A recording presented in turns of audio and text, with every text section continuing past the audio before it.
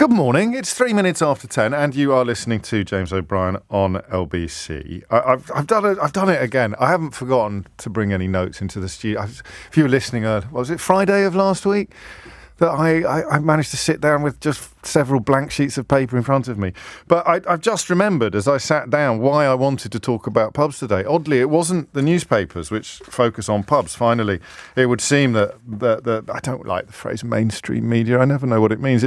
Mainstream media seems to be a phrase deployed largely by people who prefer to make up their own stories, or at least prefer to trust their Uncle Keith's Facebook page or the mad imaginings of Donald Trump rather than at least a sort of vague resemblance to observable reality. So we'll just say, the media, big media, legacy media. They seem to finally be waking up to several things that we've been talking about on this programme for what feels like weeks, if not months. Do you remember the day that we first stumbled across warm banks, and I suggested to you that this was something that was apparently on the horizon, and we were both a bit sceptical, I think, weren't we? A little bit sort of, well, all right, I think they might be talking about it in Bristol Council or somewhere like that, and I mean, we've always, but actually officially in this country in 2022, officially having policies designed to create spaces, public spaces, where people who can't afford to heat their own homes could go for a little injection of temporary warmth. Well, the Times newspaper, Rupert Murdoch's Times newspaper, today has a double-page spread beneath the headline, right across pages 6 and 7, galleries and libraries to act as warm banks for the struggling. Not for the first time, I'm a little bit lost for words. We'll probably get onto that a little later in the programme. But as we continue, just a little 5 minutes in the rearview mirror this morning, because we also started talking about, was it about 2 weeks ago, about the fact that business energy bills are not capped, and that means, and that category of non-domestic premises will include schools and hospitals. And do you know what? Again, I found myself thinking, hang on, this is too apocalyptic. This can't be quite right. We must have got slightly the wrong end of the stick. They can't literally be contemplating, or we can't literally be contemplating 500-600% increases in energy bills for your high street pub or your local school. Surely we can't be. And then people started ringing in. It's a bit like butterflies emerging from a chrysalis, ringing and saying, well, actually, yeah, it is. It was a fish and chip fella in Southend who broke the dam, just told us the numbers, and we sat here reeling. Today's front page of The Guardian, including calls from a former Conservative Education Secretary, two former Conservative Education Secretaries, Justin Greening and Lord Baker, Kenneth Baker, as you would remember him. He has said, Baker says, we're heading into a really ghastly 2-year period, and it's going to require remarkable leadership to come out of this smiling. To which there are 2 words in response. We're heading into a really ghastly 2-year period, and it's going to require remarkable leadership to come out of this smiling. Liz Truss. Remarkable leadership. Liz Truss. Liz Truss, remarkable leadership. Remarkable leadership, Liz Truss. Anyone? No. So that would be the schools. And then we come to the pubs, which are also looking at, epic rises. The thing I said that I had forgotten when I sat down 4 minutes ago that was supposed to inform this whole conversation was a message from a household name restaurateur. The thing I forgot to do was ask them whether or not they fancy coming on the show this morning. And until I've got an answer to that question, I don't want to give you too much detail, all right? But someone you have heard of. And their current electricity bill is around £5,000 a month. It's a big operation. It's a big 24-hour refrigeration. You've got the gas. It's a 7-day-a-week operation. The stoves, the extraction fans, the lights go on at 7 a.m. as they begin preparing for service and don't shut down again until 1 a.m. So that's 18 hours straight where everything is is running and 24 hours straight for the refrigeration. And their current electricity bill is £5,000 a month. That gives you an idea of the scale of the operation. Am I right? £5,000 a month. It's a lot of money, a lot of moolah. You've got to shift a lot of scampi and chips to be paying those sort of electricity bills. And they're on a fixed rate until December. This is someone that's been on the telly, all right? Fixed rate until December. The first quote for the new term from their current supplier, £35,000 a month. That is an increase of 700%. That's not an opinion.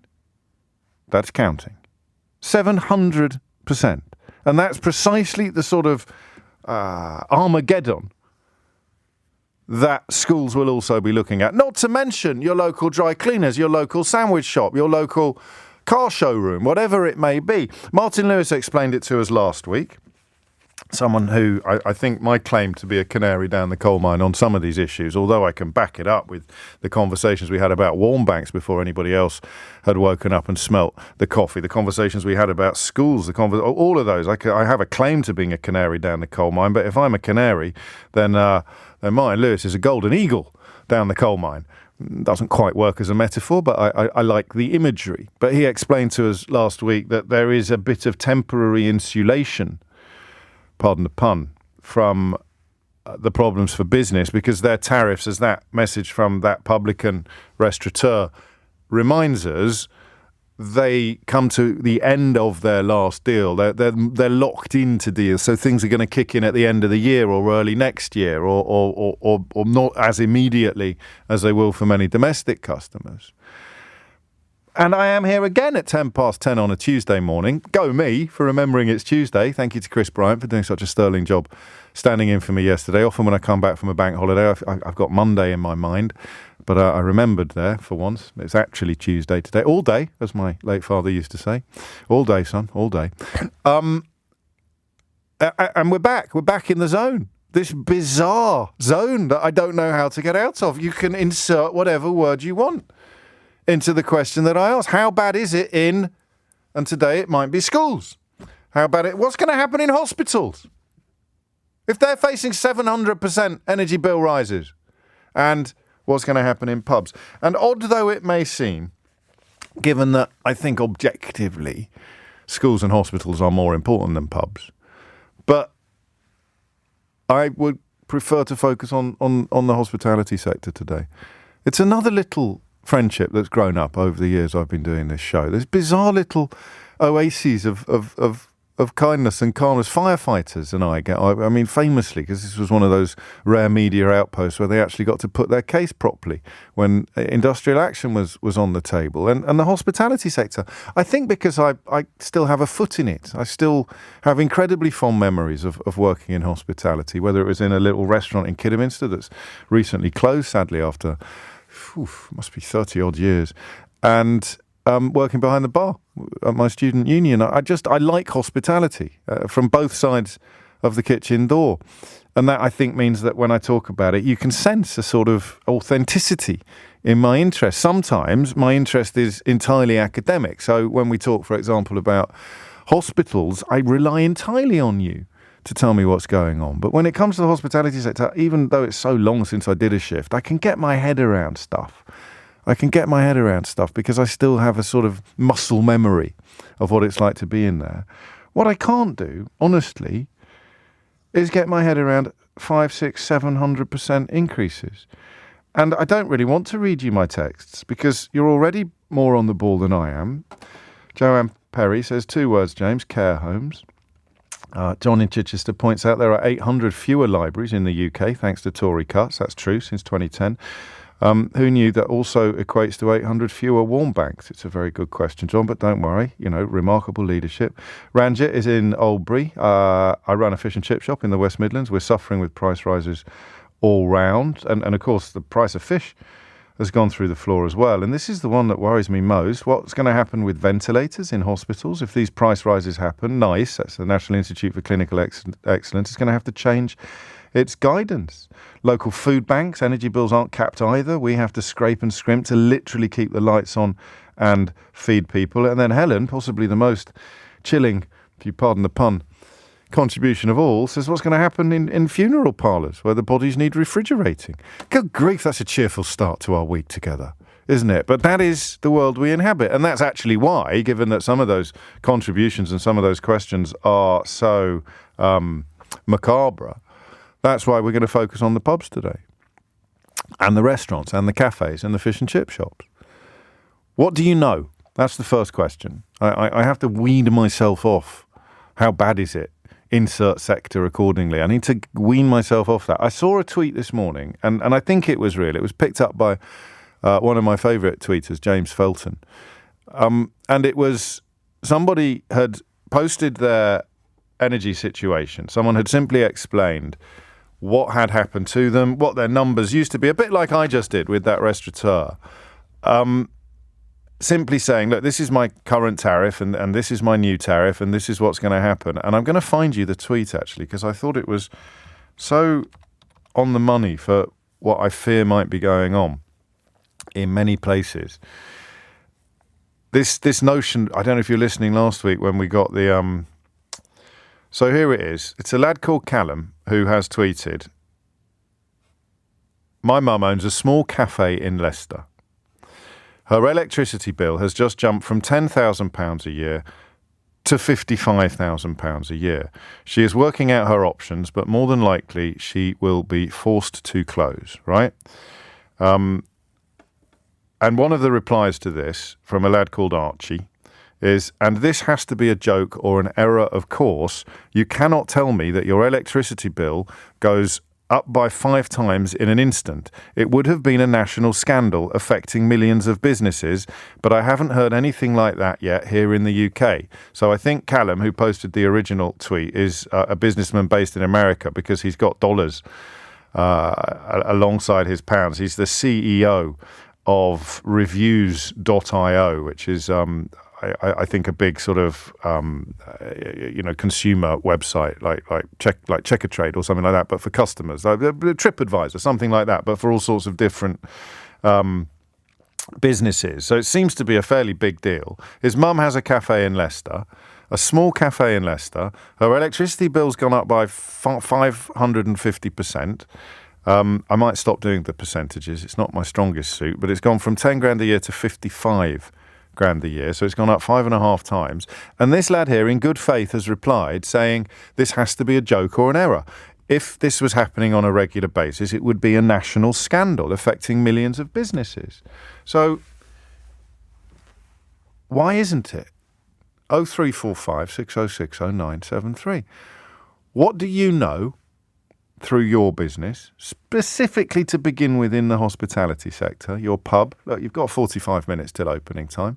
You've got me on in the background while you clean the pipes, polish the glasses. You can put down your chamois leather for a minute and give me a ring, right? What's going on? What do you know?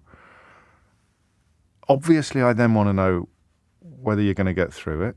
0345 606 0973. But I also, because I'd like everybody else to get involved as well, and I know in a way this is a little bit physician heal thyself. It's like me asking you what's wrong with my industry. Meghan Markle everywhere today. Meghan Markle, huge news. I don't know what it is she's done. The world seems to divide into 3 categories when it comes to Meghan Markle. There are those who follow her work and seem to quite like her. There are those who rely entirely upon a quite spectacularly hostile media for their opinions about Meghan Markle. And then there are those of us who fall somewhere between the 2 positions. But if you were interested in what Meghan Markle was up to, my goodness me, it's an embarrassment of riches. You get out there and fill your boots. If you're interested in this possible Armageddon for pretty much every business in Britain that has a premises, every business in the UK that has a premises, a commercial premises, well, they finally started squeaking after months of silence. Why? 0345 606 0973. Why? To quote this lad Archie, you cannot tell me that your electricity bill just goes up by 5 times in an instant. It would be a national scandal affecting millions of businesses. But I haven't heard anything like that yet here in the UK. Clearly not a listener to this show. So what's going on with your business? How bad is it likely to get? And in many ways, as I come to the end, finally, of this introduction, the question I begin to be even more interested in than the detail, because the detail is going to be repetitious, is what are we doing, you and me? What are we doing? We're just sitting here. Why is this not huge? 0345 6060 973. Hit the numbers now. You will get through if you're quick. But why isn't this a national scandal? I suppose we need to begin with the first bit, don't we? Should it be a national scandal? And if so, why the hell isn't it? It is 20 minutes after 10. I've messaged my mate in the trade to ask if they fancy coming on. But look, if a household name restaurateur with several premises, can I give you a little clue? And a Michelin star, all right? We're talking about someone at the top of the tree, the absolute top of the tree. 7 times increase on their energy bill, 7 times more. What is going on?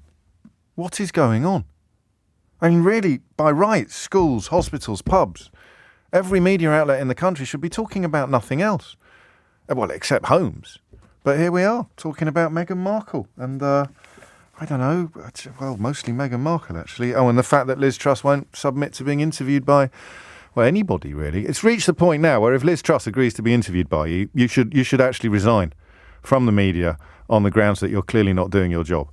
I might stick that on a T-shirt. Sean's in Exeter. Sean, what made you pick up the phone? About the electric bills. I run a pub in Exeter, and when my fixed term contract ends next year in January, yes, my bill goes from 12,000 to 51,000. Right, you might not feel it, but you're at the lower end of the sledgehammer on this. I was usually 5 times or above, and you're just shy of 5 times more. What will it mean? It will mean probably the close of the business unless I can invest about 80,000 in solar panels. Have you looked into that? We are currently looking into it at the moment, yeah. They're fit for purpose, are they? They can do the job. Yeah, it'd be quite a big collection of solar panels on the back of the building and etc. But it's a big pub. Yeah, they are capable of doing it. It's a big pub. Can I ask you a cheeky question? Go on. If you were listening to the radio 3 or 4 years ago and someone was talking about green and the environment and the importance of getting alternative energy sources in place, would you have been nodding along enthusiastically, or would you have been seduced by the right-wing media's attempts to demonise everything from solar panels to wind turbines? Well, strange enough, 5-6 years ago, I installed solar panels in my house. You're not the droid I'm looking for. and that. I mean, if you can find the money to put the solar panels in, then your business has a better chance of surprising. So you remind us again that this is the tide is coming in, and the better equipped you are already, the more likely you are to survive the tide coming in. Just to go back to the numbers. You don't have to tell me too much about this, but unless a business is making profits in the kind of regions that these energy increases are going to involve, so even to go back to this one, that's 30 grand a month increase in energy. That's 360 grand a year pre-tax profit, if it's for your energy bills, that this company will have to be making to get through. That's not just going to nibble at the edges of the industry, is it? That's going to drive a coach and horses right through the middle of it. That's going to knock 50% of people out, I would 50? Say, if not more. Yeah, I'd have said only 50. You just can't. I mean, the pub industry itself is not the most massive profits involved when you get into the business models that are used in there, the tenanted and the leased and tied tenants and things like that. Exactly. It's just going to be devastating for the industry. And of course, your staffing costs are going up and your supply costs are going up. Final question, and this might be the one that none of us can answer, but if you want to have a crack, I'll be very grateful.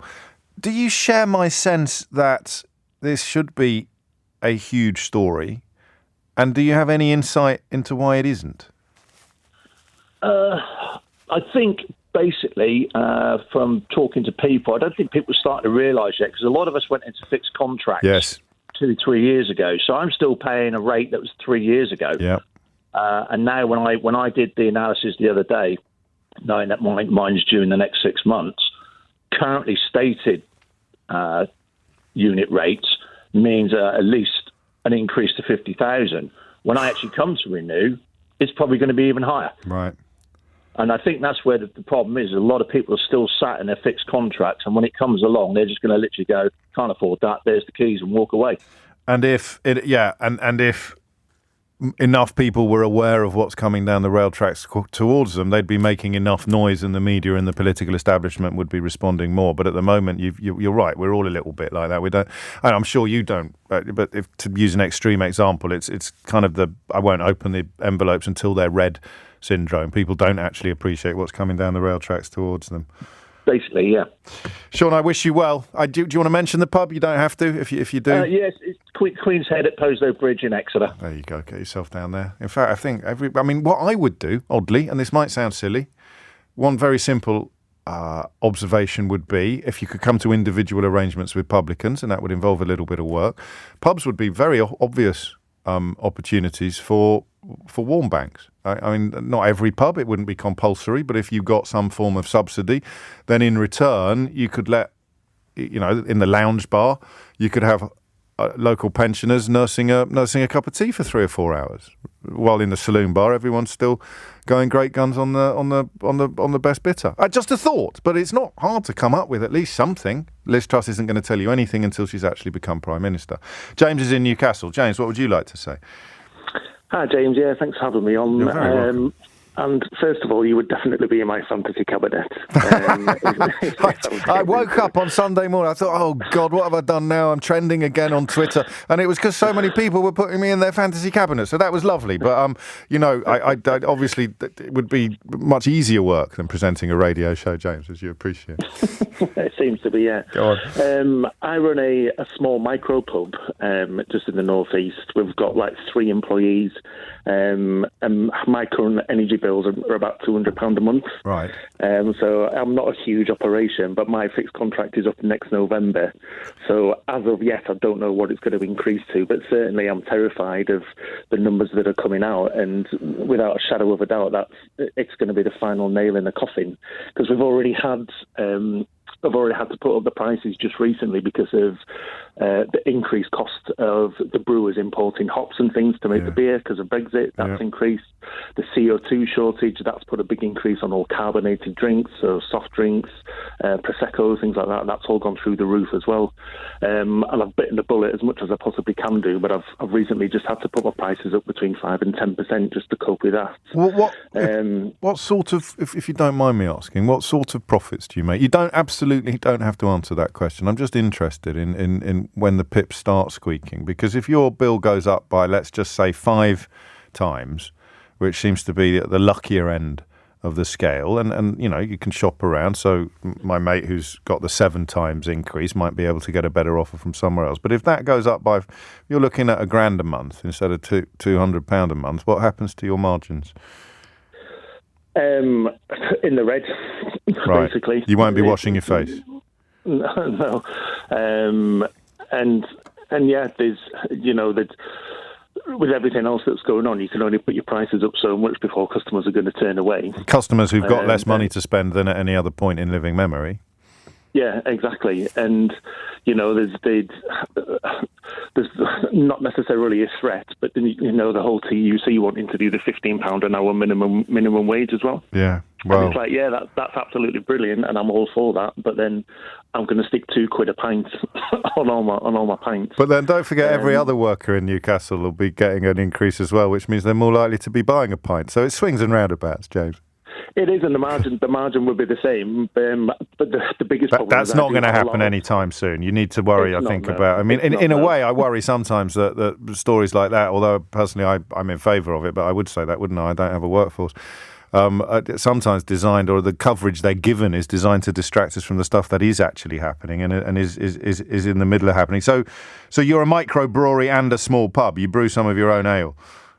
I'm not. No, we're just a pub. Although right. I have gone out and I have brewed beers with local breweries in the area to just do. No, I misunderstood beers. You. That's all. And it's okay. Yeah. Yeah, and I've recently just put up my employees' wages as much as I can. Yes, well, that's the point, isn't it? Review and good bosses everywhere are going to get kebabbed. There's not a lot you can do. Briefly, because I'm late for the news. Why do you think this isn't a much bigger story? Whether it's pubs, schools, or hospitals, why are we only today seeing much of the grown-up media even acknowledging the existence of this looming disaster? I don't want to say ignorance, but whether or not it's just I don't know if people know where to look. There's just so much going on. It's like, which direction do you look in? Because everywhere you do look, there's something bad going on, and it's just another bad story to compound on top of the other ones. But as you rightly said, pubs are the least of the worries. If schools and hospitals, if all their energy bills are going to go up, it's going to be ridiculous. But I bet the DWP buildings are all going to be all right anyway. Well, yes. I mean, although, of course, working from home would be good news for some of those businesses. And Minister for the 19th century, Jacob Rees-Mogg, is trying to discourage that. I think people who do still work from home a lot need to have a little think about what might be on the horizon. One estimate saying that could be $2,500 a year extra energy cost that you pay if you're in the house normally when it would have been empty. James, do you want to give the pub a shout? You don't have to, but if you want to, you're more than welcome. Yeah, I will do. It's the Front Street Tap House in Monkseaton, North Tyneside. Lovely stuff. 10:31 is the time. 0345. I'm keeping a note of all these pubs, by the way. That's the only reason I let people have a free advert, so that when I go on my retirement tour of the British Isles, I'll be getting a free pint everywhere from Monkseaton down to Exeter. It's 10:31. Lottie Morley is here now with your headlines. It is 10:34. You're listening to James O'Brien on LBC. Should we have a look at what the Brexit supporting, Boris Johnson cheering, Tory loving Daily Mail is reporting? So just 3 areas of shared life together. Actually 4 areas of shared life together that we've been covering on this programme now for weeks, if not months, which are finally beginning to break through elsewhere in the British media. We're looking at the threat that energy bills are going to pose to schools, with one newspaper reporting that they could face closure. And that's a warning. I just want to stress this. It's on the front page of The Guardian, so if you're a bit gammony, then your immediate reaction is, it's in The Guardian. I certainly won't be believing that. It's in The Guardian. Yeah. Gammon.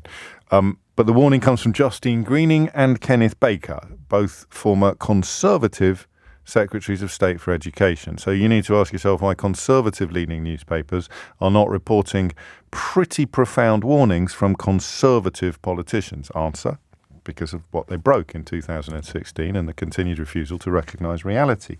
So you've got hospitals as well facing enormous problems. We know that because they're subject to the same economic tensions that schools are. Less importantly, but I think still urgently, pubs, as you've heard there.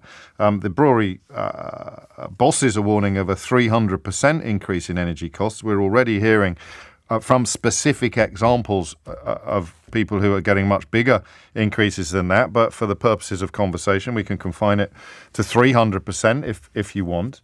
So you've got the schools, you've got the hospitals, you've got the pubs, and then you've got the Times newspaper finally waking up to something that we struggled to believe it last month when it popped up on our radar for the first time. The proliferation of so-called warm banks, places that you go in Britain if you're cold and can't afford to heat your home in order to briefly warm yourself up. So let's have a look at what Britain's best-selling newspaper, the one that brought you 12 years of Tory rule, the one that brought you Brexit, the one that brought you Boris Johnson, and the one that is now set to bring you Liz Truss. What do they consider to be the major issues facing the country today? Now, Meghan drops her truth bombs.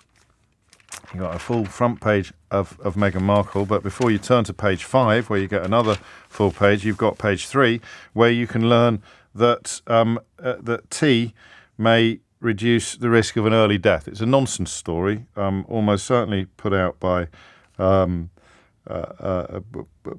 promoted by tea companies, looking at a study of almost 500,000. Anyway, whatever. There you go. If you're worried about not being able to heat your home this winter, the good news is if you drink a lot of tea, presumably cold tea, because that kettle, you know how much a kettle costs every time you turn the kettle on? That's on page 3. That and some pictures of Taylor Swift.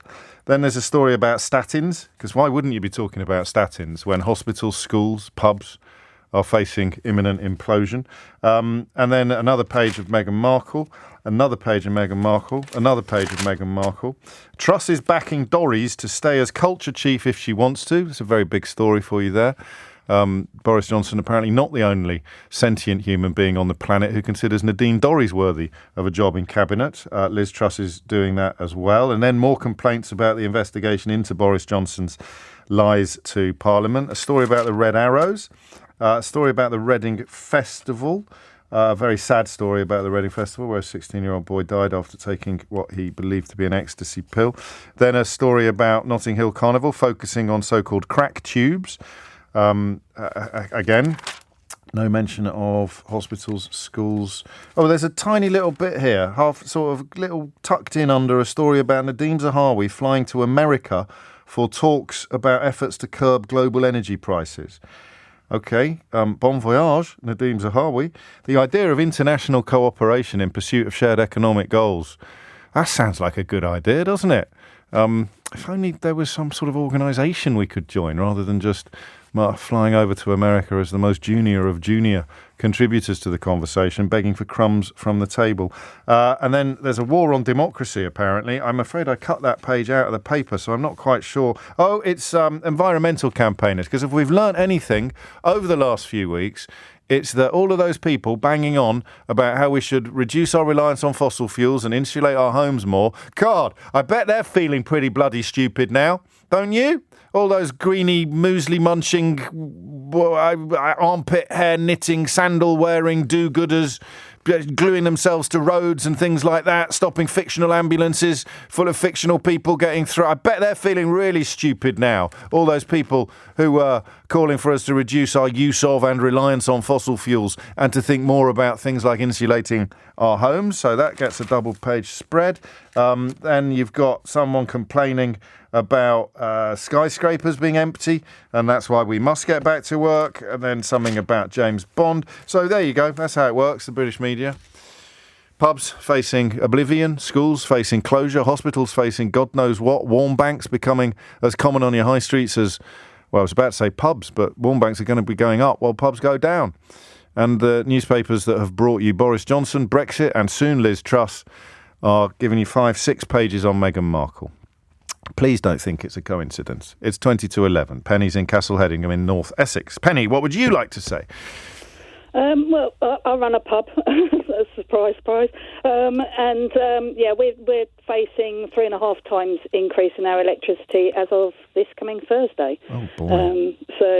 We've sort of like done a lot of planning to try and swallow what these bills might be. Why were you ahead of the game, as it were? I run the pub with my sister, and last December we realised that things were going to start jumping up very high, as everybody was talking about it as far as domestic properties was concerned. Yes. We realised there's no price cap on business energy prices. And we knew that our contract was up this September, and for 6 months we sort of like were deciding, do we jump sooner rather than later into a higher contract to get a better price than waiting later? Right, yes, exactly. Do you pay higher through the summer when you could have it cheaper, just so that you might get an extra 10p a kilowatt off on your contract price? So there's a lot of... we're not business people in that sense. We run a pub, We're not economists in that way. Do you want to know a secret? No one in the cabinet is either. So I think we all need to stop talking like this. Nadine Dorries is Secretary of State for Culture, for heaven's sake, Penny. You're an economist, trust me. So You're a bloody opera singer, actually, compared to Nadine Dorries being Secretary of State for Culture, Media and Sport. Well, true. So actually, we think we did quite well with 3.5 times what we were paying before. Yeah, well, I think you probably have. That is the problem, isn't it? That they're talking about what's going to happen tomorrow, whereas these figures, these numbers are going to carry on going up. And you can absorb that, can you? Because that does, we don't know yet. Right. We honestly don't know, because we've had quite a good summer. Yes. But we're expecting winter to go quiet, partly because people aren't going to have any money, partly because that's just the nature of the business anyway, to go quiet through winter. We've deliberately not taken on staff where we should have done, really, but we've worked ourselves to the ground over the summer in the hope that we can just ride the wave of winter, really, but knowing also that we've got to provide a warm and comfortable environment for our locals, because they're not going to be able to afford to heat at home. Well, that's what I was just wondering about. It's a small village, is it, Castle Headingham? I'm not familiar with it. Yeah, so that's 1,200 people. So you're a community service as much as a commercial Very entity. much so. That idea I just had about you getting help, specific help, I mean money, let's not beat about the bush, you getting money to pay these bills in return for doing even more than you do already to provide a sort of community hub. I can't imagine that you're packed to the masters, packed to the rafters every night, or every day. It's going to be during the day, really, that the warming element of the conversation becomes more pertinent, isn't it? Absolutely. I mean, and that's not even necessarily doing more than we do at the moment, because we already do that for people who are lonely and on their own. They'll come in, they'll sit, they'll have just one drink that lasts them 4 hours. Half a pint of mild, nursing it continuously. Yeah, of course. And you're comfortable with that because absolutely. Oh boy! I mean, we might do this in the second hour. Actually, the warm banks element, because I can't believe we're having this conversation, Penny. I know. I can't believe we're sitting here. We've had for 55 years. We've seen ups and downs, and even more so over the last few years than ever before. But this one's really, really worrying. Because we don't see much light at the end of the tunnel. We don't see much help being offered for people with it. And we're actually talking in quite calm and measured terms about turning pubs into places where people who can't afford to heat their houses go to stay warm for a couple of hours. In the fifth, is it, or the sixth largest economy in the world? Yeah. Oh boy, I wish you well. What's the name of the pub? The Bell Inn at Castle Headingham. There you go. It's on my list. Just a pint. Just a pint. Yeah, well, pork scratchings will do. Actually, I'll pay for my own beer. Thank you very much, Penny. It's coming up to 11:15. You're listening to James O'Brien on LBC. And should we do a quick text from Idiot's Corner? Do you want to do a text from Idiot's Corner? I don't know. Is it fun to do text from Idiot's Corner, or is it mocking the afflicted? It's calling someone Gammon-y the same as calling someone Four Eyes, Piggy, and then a word I can't say on the radio. Which you probably too thick to realise when you sent it, or any other abusive names. No, Gammon refers entirely to opinions, my little gammony friend. It refers, for me at least, to racism and ignorance and the kind of people who get very, very worked up about desperate people in dinghies coming to this country while not noticing that hospitals, schools and pubs are under existential threat. So although I'm happy to clear that up, I will only do it once, all right? Gammon is a state of mind. If it was going to be a state of physical appearance, well, I would be very near the top of the gammony tree. 10:47 is the time. Do you want to know something funny? Not funny, ha-ha. Sorry, I'll come up with something funny, ha-ha, shortly. Is that funny, peculiar? I've done it again. I'm reading a story that I have absolutely no reason to doubt. It's from a reputable source. It is in the public sphere, and I'm thinking they must have made a mistake. I'm like that lad who tweeted earlier in response to the energy bills going up at a small cafe in Leicester saying, no, this simply can't be true. If this was true, there'd be a national scandal. They can't put your energy bills up by 550% at the drop of a hat. This is Care England, who are a representative body for care homes, referring to figures released by the representative body and consultancy Box Power CIC, revealing, and you might want to sit down for this, a 683% increase in energy costs for care providers between August 2021 and August 2022. To secure energy supply from October this year, you see what I mean about thinking that someone must have made a mistake here. You're currently looking at £666 per bed per year. Sorry, in August of 2021, a care home bed, the energy needed per bed, as in occupant, would have been £660 per year, right? August 2021. How much do you think it is in August 2022? Go on, have a guess. Obviously, if you're capable of doing a 683% calculation in your head very, very quickly, and you're starting from £660, then you'll already know the answer to this. But for those of us who are a little bit slower on the uptake, the answer is £5,166. I'm a bit embarrassed to tell you I don't understand that, and that's why I can't believe it. And maybe that's an answer to the question underpinning all of our contemplations this morning, which is, why is this not the only story in town? Oh, that Meghan Markle. Care home beds in the course of the last 12 months have gone up almost, energy alone in a care home context has gone up by almost 700%, and it's going to get worse. But hey-ho, something about immigrants. 10:50 is the time. Vittorio is in Liverpool. Vittorio, what would you like to say? Oh, hi, morning. Where do I begin? Wherever you want, my friend, wherever you want.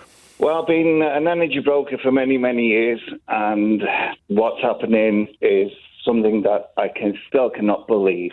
Right. As of this morning, there are no pricing books available. What does that mean? Can you translate that into layman's? Well, basically, say I had a restaurant and my energy contract was up for renewal or acquisition. Yeah. And I phoned up a few companies asking for a new contract. They won't be able to give me any prices.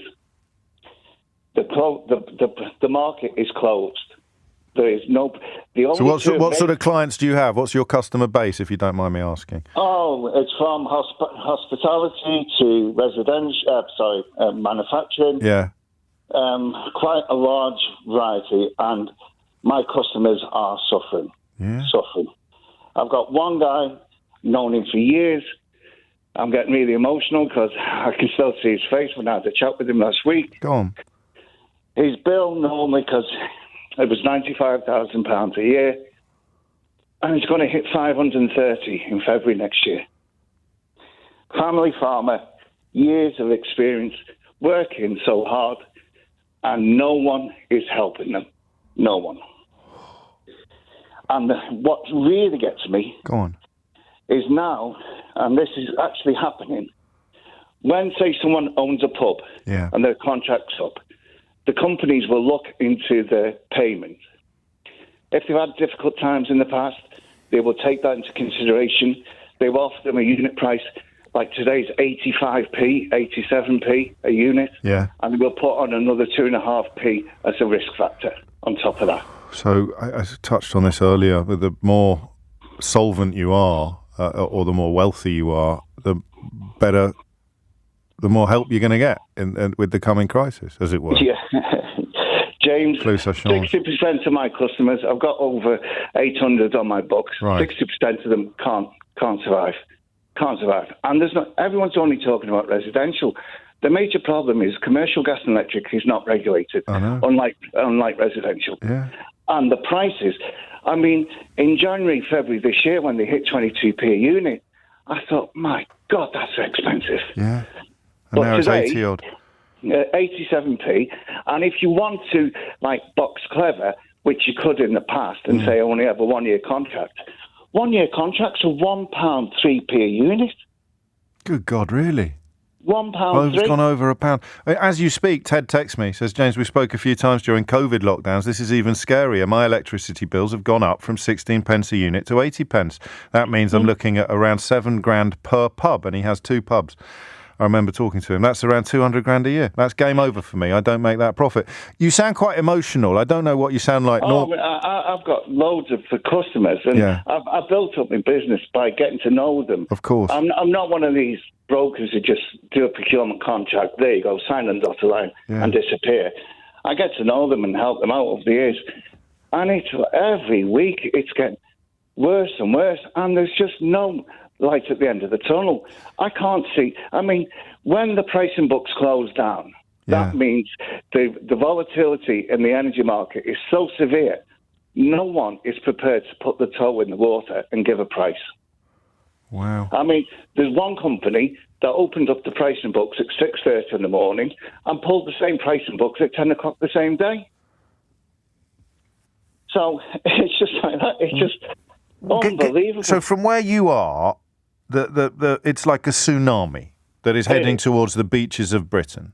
Yes. And to turn to, for example, the Daily Mail and other media outlets, I can't imagine the Telegraph are going huge on it, but I don't want to do them. Yeah, they've gone big with statins. Bloody statins today. Statins are not to blame for aches, it's just age. That will come as a huge comfort to your farming client whose bill's gone up from just shy of 100 grand a year to £500,000 a year.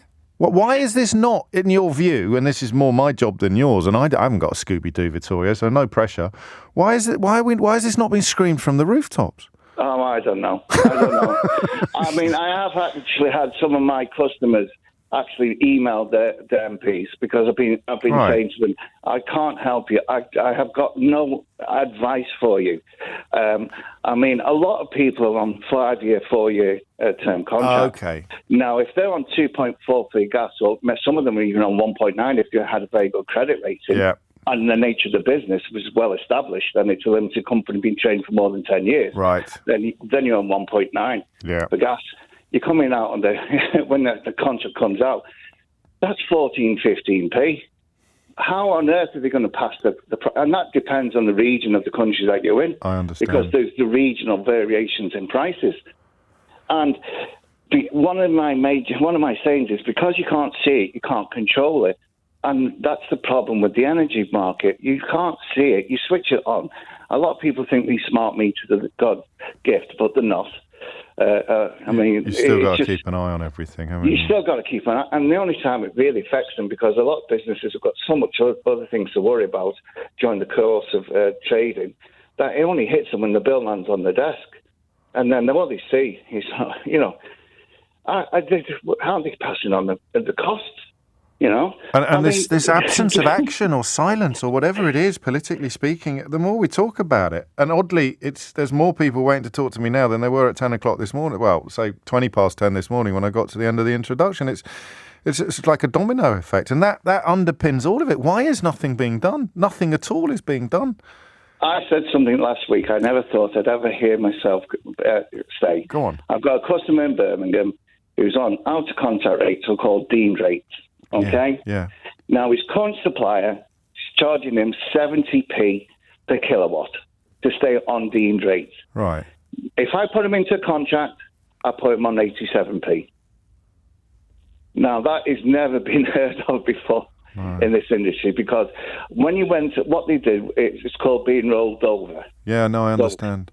A lot of people didn't pay any heed to when the contract was about to run out, and then before they know it, they're on deemed rates and being charged really high rates. Yeah. So now this guy, I've actually told him down there in Birmingham, stay on deemed rates. Good grief! So the one that they kind of pluck out of the ether in order to make sure they're definitely not going to be facing any risk whatsoever is better than going down the proper route, as it were. Yes, exactly.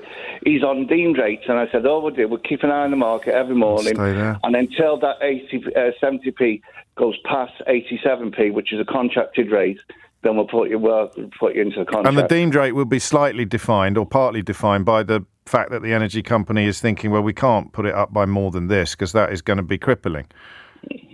Well, this is a company that might not know that it's actually done it because it's been done by an algorithm or something like that. Exactly. Yeah. Victoria, I've got to crack on. I wish you well. We'll talk again, I hope, because we have to, and you clearly know a hell of a lot about this issue, as indeed does my next caller, Sasha in Manchester, who is actually a bit like Henry, the mild-mannered janitor in Hong Kong Fui. He's also the nighttime economy advisor for Greater Manchester, working for Andy Burnham. Sasha, what made you pick up the phone? Well, we are just desperate, James, and thank you that, somebody's highlighting this. I can tell you over the weekend, it should have been a relaxing bank holiday weekend, but the fear, the anxiety, the stress that is running, not just in Greater Manchester, but across the whole of the UK. And, we are the fifth biggest industry. And, your previous message from Ted, he nailed it when he said we are in a far worse position now than we were during the pandemic. At least there was some support there. And, we're just freewheeling into a cliff edge. Do you work for Andy Burnham, Sasha Lord, to give you your full name. Do you understand, and I appreciate you've got your own politics, but if we can step back from that for a minute, do you understand, or does anyone in the office understand the absolute absence? Is there a plausibility to the explanation that we can't do anything until we're actually in Downing Street? Johnson's doing a victory tour, apparently, talking about broadband or something. And Truss is saying, I can't do anything until I'm actually there. Can we give them a little bit of the benefit of the doubt on this one? No, not at all. It's an absolute circus. So I predicted what was coming months ago. Right. I was calling for a VAT reduction last November. It's fallen on deaf ears. Anyone in my sector, James, could have told you what was coming. Yeah, well, they did, sat, actually. Even I wasn't necessarily paying as much attention as I should have done. Well, we've seen this circus. That the PM in the last few weeks has got married. He's had 2 holidays.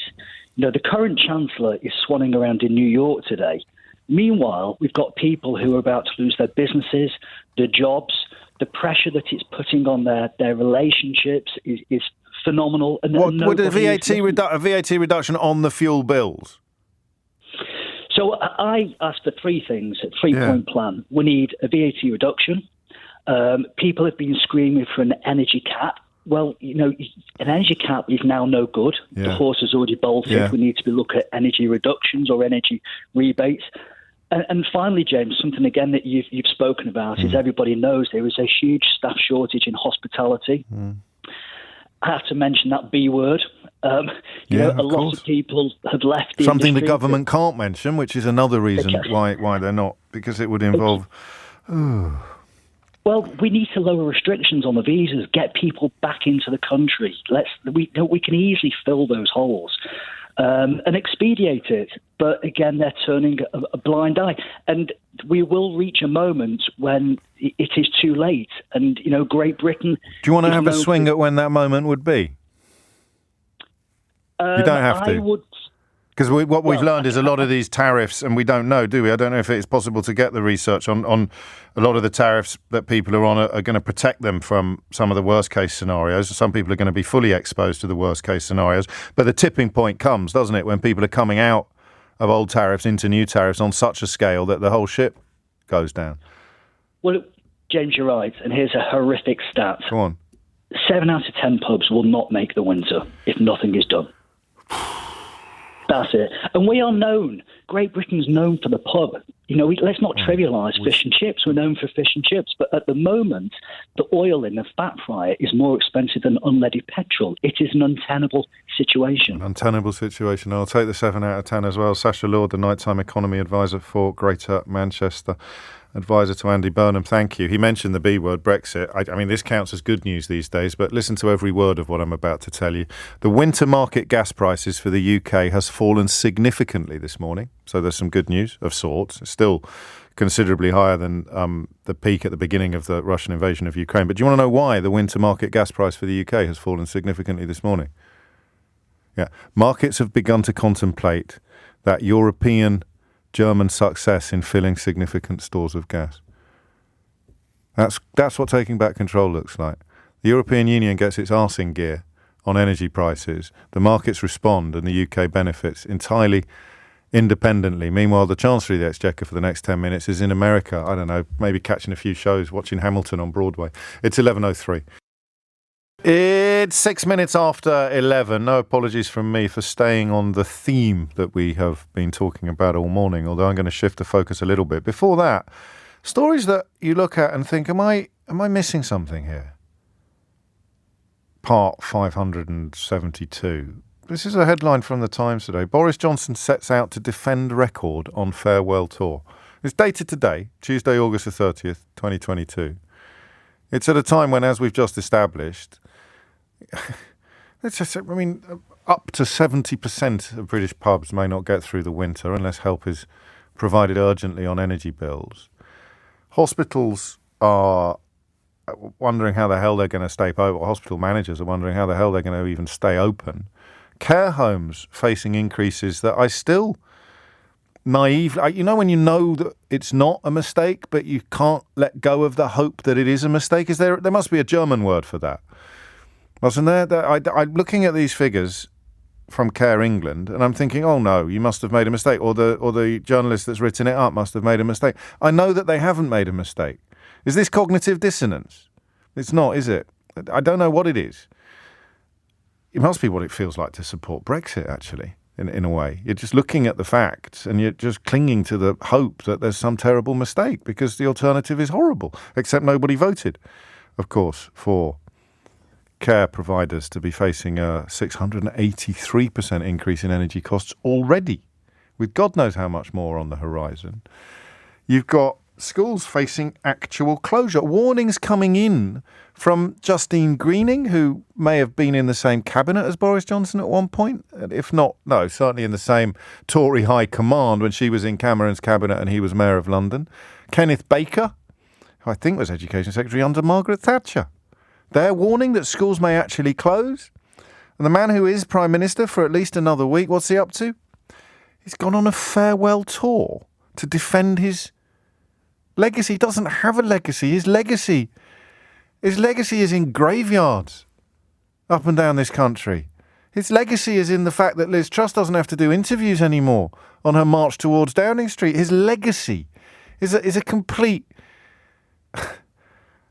breaking of the bond of trust between politics and people. His legacy is the unlawful prorogation of Parliament. His legacy is the misleading of the Queen, the promotion of Jacob Rees-Mogg, who insults the dead of Grenfell, the promotion of Nadine Dorries, who insults the intelligence of amoeba. His legacy. And that's what he's up to anyway, in case you were wondering. He's taken a break from his holidays to go on a farewell tour. Who does he think he is? Elton John? It's incredible. We didn't even mention Warmbanks. So the Times newspaper, not the Morning Star or the lefty Bugle, the Times newspaper reports today on Warmbank, something we touched on this programme with, again, a sense of incredulity, a little bit like the feeling I have looking at the care home figures today. When we first heard of the care homes, there's a touch of incredulity because of the way I'm built and the way I was raised and my family and professional background, that it's sort of clinging to the hope that it may not be true, that becomes impossible after it's appeared in a newspaper of note. In this case, the Times. And I don't want to talk about the politics of it anymore. The politics of it will be part of the conversation. But I want to talk about this as if we were just friends, if that's all right with you. Because I'm professionally cross, you may have noticed. Not all the time, goodness knows we have some fun together. But I have a sense of ever-increasing horror at what has been done to this country, and to a lesser extent America, since the truth was broken, since alternative facts were offered up by extremely senior government officials, since the most powerful man in the free world lied through his teeth about an election result and continues to do so with the connivance of people who know that he's lying, but who prioritise personal ambition above decency, integrity, honesty, objectivity and reality. And we have our own little pound shop version here in Britain as a consequence of Boris Johnson's elevation and, of course, of Brexit. So you know I look at this stuff with a sense of horror. And I know that some of it would still be happening if we hadn't voted to become the only country in the history of countries to impose economic sanctions on ourselves, and we hadn't put a proven cheat, liar and now lawbreaker into number 10 Downing Street. Some of it would still be happening. Ukraine would still have been invaded, I think, although Trump's contribution to international politics may have accelerated or increased that likelihood. We'll never know. So Ukraine would still have been invaded. Energy costs would therefore still be rock. Some of this would still have happened, but a hell of a lot of it wouldn't. And everything that's bad would not be nearly as bad. But some days, I don't think you want to hear me get cross again. I think some days, and I need to do this possibly as much as you do, I just want to talk with you, not at you or to you, but with you about what's happening. And I think sometimes we need to almost take our own temperatures. We need to pause and just reflect upon what's happening. Not even necessarily point fingers or bang drums. You know, I will do that every day, some days all day. But I was thinking about the Warmbanks this morning. I was thinking about it from a number of angles, not least the final removal of my forlorn hope that this was all a bit of an exaggeration or all a bit of a storm in a teacup. Galleries and libraries to act as Warmbanks for the struggling. Then you reflect upon the fact that 12 years of Tory government has seen about 800 libraries close. Galleries, very much the sort of cultural nonsense with no immediate financial benefit that the Tories have taken aim at now for over a decade. And yet now it's galleries and libraries that we are set to turn to in Birmingham and in Bristol, in Dundee, Glasgow and Aberdeen. These are just some of the councils investigating using public spaces as refuges for people unable to afford to heat their homes. Birmingham is the latest council to announce a scheme to combat this using public buildings. You'll be able to access your nearest warm bank by searching a heat bank map. Just pause for a minute. Don't get cross, James. Just pause. British people in 2022, at a time when we discovered last week the CEOs of FTSE 100 companies have seen their pay go up by millions in the last 12 months. Railway workers can't get a pay rise that keeps track of inflation. And Birmingham has become the latest council to announce a scheme under which residents will be able to access their nearest warm bank by searching a heat bank map. So here's an odd question for you. And in a way, this is directed more at people who will not need to access warm banks than at people who do. In fact, I wonder whether, for the purposes of this conversation, at least to begin with, we will confine it only to people who are currently confident they will not need to use a warm bank.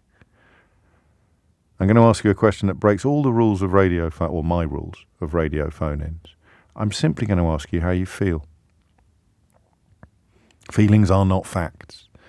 Allowing the feelings of silly people to be prioritised over facts under false equivalence and Brexit balance, or whatever you want to call it, has brought this country to much of the pretty past that it's currently in. But sometimes our feelings are more important than the facts. Feelings are not a bad thing. Without feelings, we wouldn't fall in love. How does this make you feel? Just that sentence there. Residents would be able to access their nearest warm bank by searching a heat bank map. How does that make you feel? 0345 6060 973 is the number you need. How does that make you feel? And no, we won't do that yet. Just tell me how it makes you feel, because I think you might need to get it off your chest and possibly no one else has asked you. And if you ring in quickly, then I'll spare you the dubious pleasure of hearing how it makes me feel, at least for now. How does that make you feel? 0345 6060 973. Residents would be able to access their nearest warm bank by searching a heat bank map. It's 11:16. 18 minutes after 11 is the time. It's not a question I can ask you every day, and it's not a question I can ask you about many subjects, but I think some stories... You talk about the frog boiling, don't we, a lot? That increment. Emily Maitlis picked it up as well in the speech she gave, the brilliant speech she gave in Edinburgh earlier this week, is that you don't notice the bit, the last chance you've got to jump out of the pot may have already passed. But whoa. People struggling to heat their homes will be able to gather at art galleries, community centres and libraries, earmarked as communal warm banks. And this is all council-led as well, none of it coming from Downing Street, where Boris Johnson has just embarked upon a farewell victory tour, reminding people of his legacy. And Jacob Rees-Mogg is, I don't know, currently dangling by his feet from a rafter, flapping his wings. 19 minutes after 11 is the time. Sam's in Liverpool. Sam, what made you pick up the phone? Hello, mate. Hello, mate. I'm a long-time listener. Really, really love the show. Just nice to speak to you. Honestly, I'm driving home from work now, and I'm 30, going on 31 soon. So this is all quite new for me. Yeah. But I've grown up hearing all the stories about Great Britain, England as a nation, how we looked after our own, fought for our own, and it makes me feel ashamed almost to say that we're in a position now where we have the people who fought for us, the people who looked after us through the 70s, the 80s, through the harder times, to now have to say they have to go to heat banks, warm banks, they're going to food banks, they're struggling to pay the rent, they're struggling to pay the bills, and it's shocking. It just get me quite armed up. And that's going to be the almost universal response to it. I suppose it's what we do with that. Can you get your head around it? I don't know. Sometimes I worry I'm being lazy. I look at the story about FTSE 100 chief executives last week seeing their average wages go up in a year by 39%. The richest earners in the country having their wages going up by 39%. Blink your eyes. Open them again. A story about people having to use warm banks. And it won't just be the pensioners. There'll be lots of younger people as well who are in similar situations, and young families, particularly with children, facing all sorts of problems. And you just sort of think, how can those two things be happening on the same island?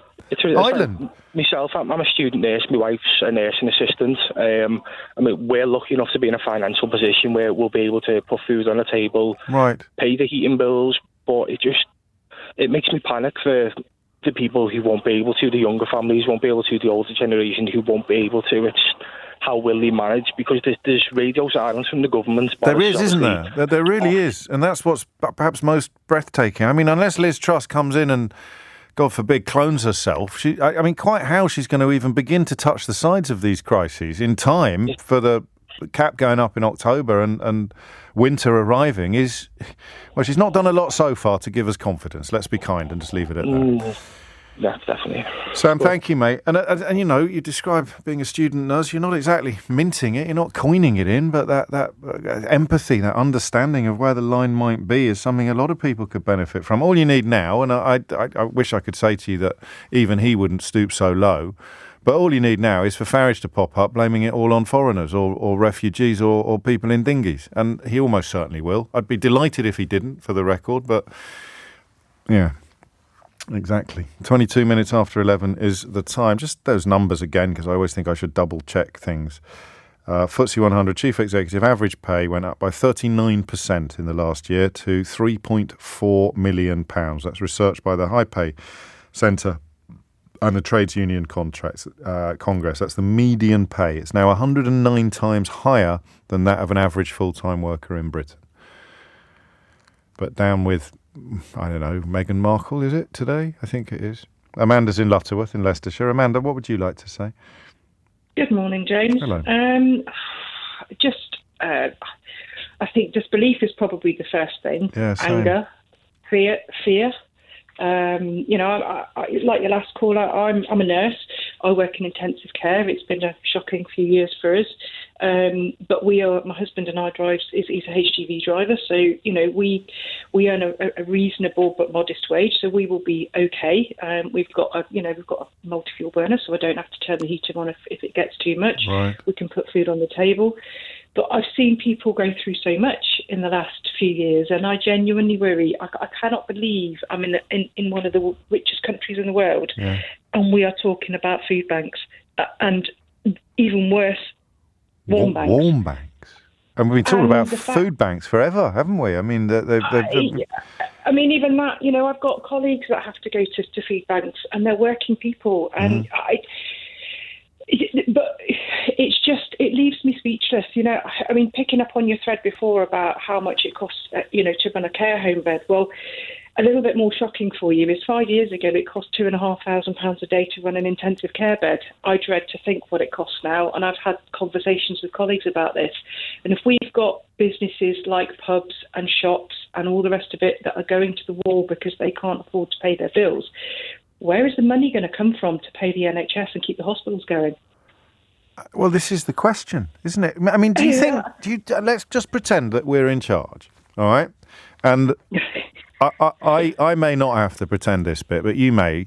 Let's pretend that we're possessed of enormous egos, Amanda, and that our ambition is untrammelled and our empathy and compassion is almost non-existent. And all we're interested in, just as Boris Johnson before her, is getting our hands on the keys to number 10 Downing Street because we think it will somehow fill the void inside us. And if I was to even begin to think about the issues that we're now discussing on the programme every day, I wouldn't be able to hold it together. Crikey, I don't want to. I just wonder whether Truss and the rest of them are in a state of complete denial, going beyond being disconnected, going beyond being insulated or unempathetic. They're constructing an alternative reality now in which Absolutely. None of this is happening. Absolutely, I agree. And I just think the complete, total radio silence and the fact that there is not even, as Martin Lewis says, they're a zombie government. There's not even any communication to give people hope about what might be coming down the track to help them. It's just like it's not happening. In their world, it doesn't happen. And, for bosses, CEOs to have that kind of rise in their wages when, there are pensioners out there that are going to be freezing and starving this winter, and it's all very well having warm banks, but not everybody can get to them. Not everybody has the capability. I was at Mum's at the weekend, actually, and there's no earthly way she'd be able to get to a warm bank without help, and no. I mean, touch wood, well, not touch wood, there's no way my mum's going to be at the worst end of this sort of thing as long as I'm drawing breath, but there'd be an awful lot of older people who just aren't mobile. They're not mobile enough. And what happens to people in care homes when the care home businesses go under because they can't afford to pay the fuel bills? What happens to them? Where do they go? I don't know. I'm going to read you a paragraph from page 6 of today's Times. And I'm not going to turn it into a game where we're asking you whether it was satire or news. I'm just going to read it to you because I want to. Here it is. Opening paragraph of a story on page 6 of today's Times. Boris Johnson will kick off a farewell tour of Britain today as he spends his last week as Prime Minister highlighting his achievements in 10 Downing Street. The only response I can give that I can repeat on the radio because I had to very much control what was about to come out of my mouth then, is distraction. It's about client media. It's a bit like Meghan Markle, isn't it? It's client journalism being... Don't look over here. Don't look over here. Absolutely. Look over there. Over here. Look over here. We're going to create a distraction over here, and that takes you away from all of this that's going on because, it's too big.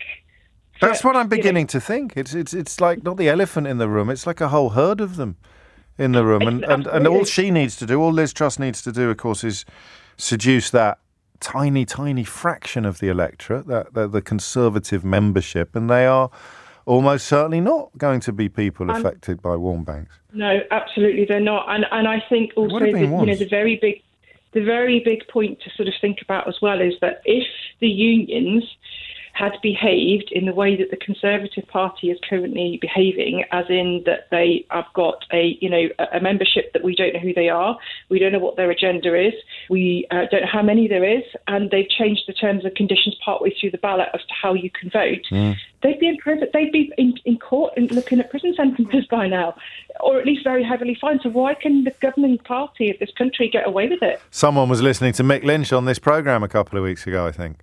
Absolutely. My husband turned me on to you because he's a lorry driver through the pandemic, and I've been listening pretty much religiously every day since. Well, and you talk so much sense. I try, but I can't do any of it without people like you, and I'm very grateful to you as well for the kind words. But of course, we're united in smacking our head against brick walls at times like this. When you think, what other reason could you possibly come up with? Thankfully, I don't know whether Jonathan is doing this with his tongue so firmly stuck in his cheek he's in danger of biting it off, or whether this is an answer to the question of what is going on. Where do these people come from? Boris Johnson will kick off a farewell tour of Britain today as he spends his last week as Prime Minister highlighting his achievements in 10 Downing Street. Well, that'll be like that famous Simpsons clip, won't it? When Grandad walks into the sort of speakeasy and Bart's got a job behind the counter. He walks in, sees his grandson behind the bar in the speakeasy, or is it even a strip club? And just spins on his heel and marches straight out again. That'll be Boris Johnson's farewell tour. The door of number 10 Downing Street opens. He sort of falls out of it, turns around and marches back in again. That's it. That's the farewell tour. But anyway, I mentioned Jonathan's text, which I don't know if it's in good faith or not. If the media and other morons hadn't forced Boris out because of Brexit resentment, I'm quite sure he could have sorted everything out. We've lost a superstar politician. I think that's real. Never mind having a vote. Jonathan's allowed to use scissors. Lottie Morley has your headlines. I think I agree with this. Part of me worries, writes this texter, that Boris Johnson has intentionally done nothing on his way out to set up the next leader for failure, hoping he can get back in sooner or later. And I guess if that text I read out just before the break is from a real person expressing real thoughts, then there's probably some mileage in that. I certainly think he's sulking. Why should I do anything? Boris Johnson was ejected from Downing Street by Conservative politicians, including a significant proportion of a cabinet he'd appointed, after they reached a point where his promotion of a sex pest and subsequent lies about knowing whether or not the promoted person was a sex pest proved too much even for them to put up with. This after 10, 20 instances of egregious misbehaviour, to be kind, which would have done for any other previous Prime Minister. To come away from that thinking it was the fault of anti-Brexit. I mean, Andrew Bridgen, the man with no brain, he was one of the first people to submit a letter of no confidence, if memory serves. Rishi Sunak, arch leaver. Why would they have Brexit resentment? Why would all these leavers have Brexit resentment? And then a woman who voted Remain comes up and fills the vacuum. It's like over-exertion, isn't it? Vacuum, to describe what's going to be left by Boris Johnson. Fills the space left by Boris Johnson. 26th richest country in the world per capita, Nigel has told me, and I think he's looked it up, so it must be true. And we're having warm banks. Just really taking my foot off the gas this hour and asking you how that makes you feel. Jill's in Reading. Jill, what would you like to say? Oh, good morning, James. I wanted to say straight away that I feel really sad about the state of the country, that we have warm banks, but equally, I feel really angry. I'm angry that we just don't seem to be addressing the fact that it's central government who are taking their foot off the gas. They don't seem to be interested at all in what's happening in this situation. You've got local councils that are having to step up, and we already know that they are so supremely underfunded that it's going to be a struggle for them and for other services they're going to provide. I can't believe that the man has the gall to go on a tour of duty of doing something wonderful. And this is the state that he's left the country in. I'm gobsmacked. I mean, that's the only natural position to be in, isn't it? Everything else is madness. Everything else is delusion or complicity. It's stark staring crackerjack to think that the Prime Minister's going off on a farewell tour to talk about his legacy, to highlight his achievements. And, I mean, leave him off the hook. What about Nadeem Zahawi, Chancellor of the Exchequer? He's in New York. Do we know what? I mean, what's he going to bring back from New York? A fridge magnet? Absolutely nothing. The mind boggles. I think, in agreement with your previous caller, talking about it being a bit of a distraction, I think that is fair to a point. But I think there's something else going on here, which is the absolute brazenness of this government. If you look back from the pandemic, Brexit, dare I say the word, yes, there seems to be a situation whereby they feel ennobled to do exactly what they want without repercussions. And the gall, like I say, of going on a tour of duty whilst people are literally losing their businesses left, right and centre, wondering what they're going to do when winter really hits. I just can't fathom it.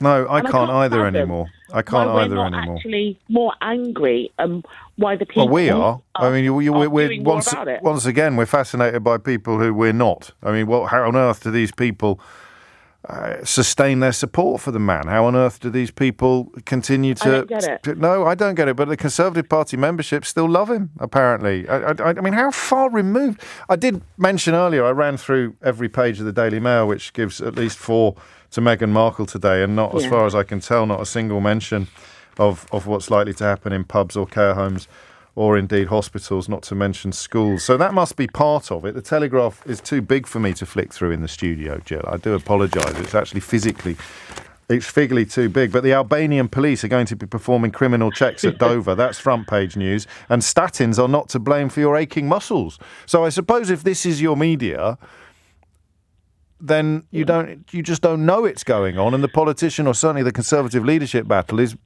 based entirely on people who just don't know this stuff is going on.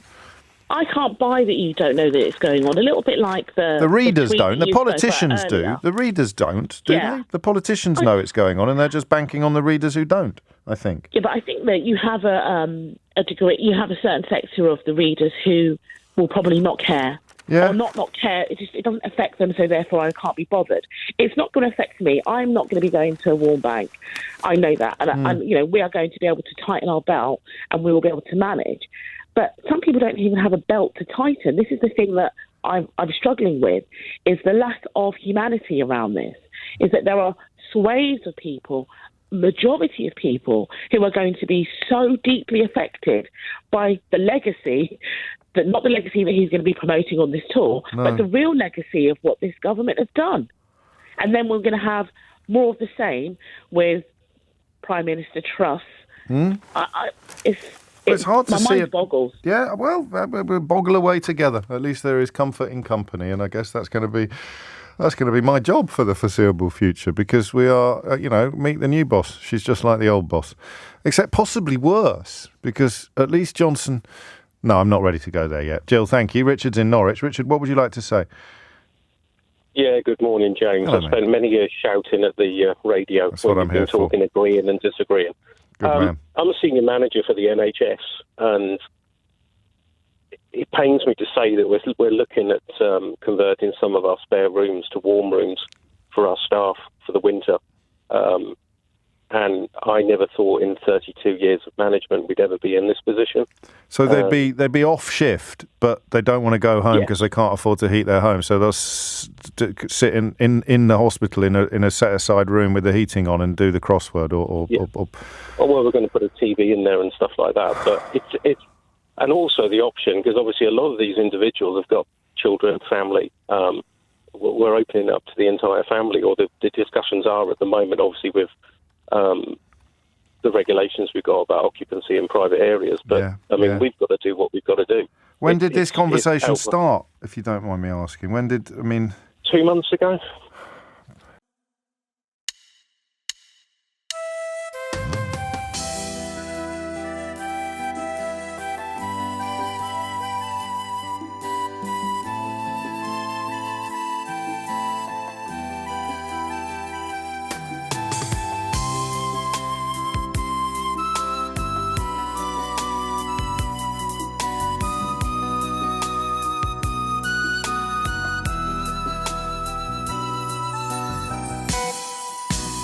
sương đêm mộng trắng mùa hoa tuyết nở giữa xa